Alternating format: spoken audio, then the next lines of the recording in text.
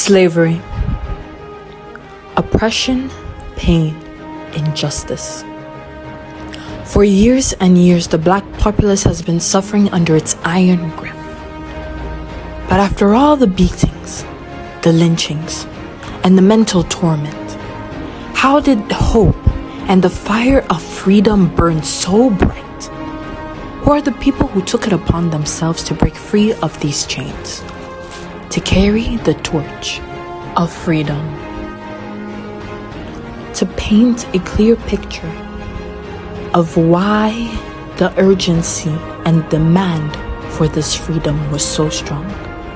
We'll need to understand the conditions that these enslaved black people were subjected to. Here is Professor Thompson. He has dedicated his life to the research and study of slaves, their daily lives, the conditions they were subjected to, so that they are not lost to history.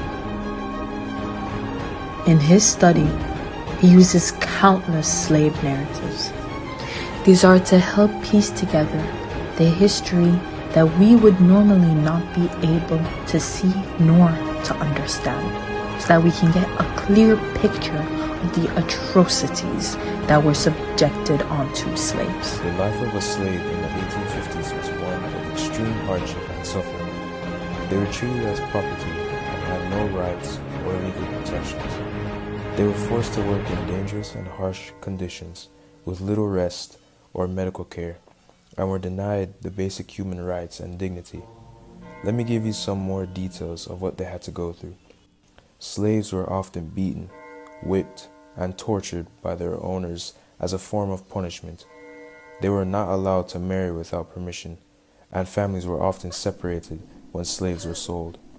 Slaves had no legal recourse if they were mistreated. They were not allowed to testify in court and had no legal representation.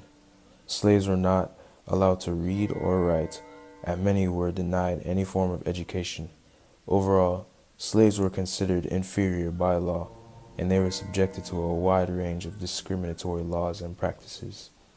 A former slave I've been closely studying is Fredrick Douglass, who gives us a perspective on what it was like being a slave in one of his books, Narrative of the Life of Fredrick Douglass, an American Slave. I recommend that you read it to get more of an understanding of his life. In February 1818, Frederick Augustus Washington Bailey was born a slave on Maryland's eastern shore. His family life was difficult. His mother, who resided on a separate plantation and passed away when he was a little child, was a woman he hardly knew. He never found out who his real father was. Frederick became conscious of the connection between reading and freedom at a young age. Being prohibited from going to school, he learned to read and write on the streets of Baltimore. Frederick strongly protested.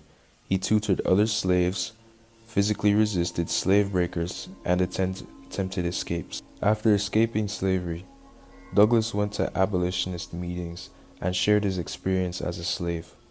I'll now explain to you what abolitionists are. It's a great religious movement that made its rounds and sparked a radical statement. In the eyes of God, all men are created equal. This new wave of thinking rippled throughout America and made its way into the ears of black slaves. Men who were the abolitionists wanted to end the ownership of slaves because they believed that slavery was an abomination and a curse on the United States.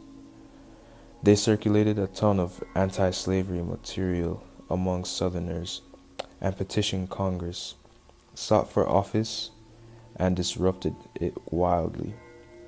These passionate opponents of slavery opposed the spread of slavery into American territory, in contrast to the beliefs of other organizations like Free Soil Party. The road to freedom, one that was not easily paved. But from here we see the foundations that were laid for the long journey ahead to true equality. We still face injustices now, We see the scars that the years and years of the suppression have left. But we stay perseverant, and we do not let all the efforts of our ancestors go to waste. And by teaching our history, we carry the torch as we look to a brighter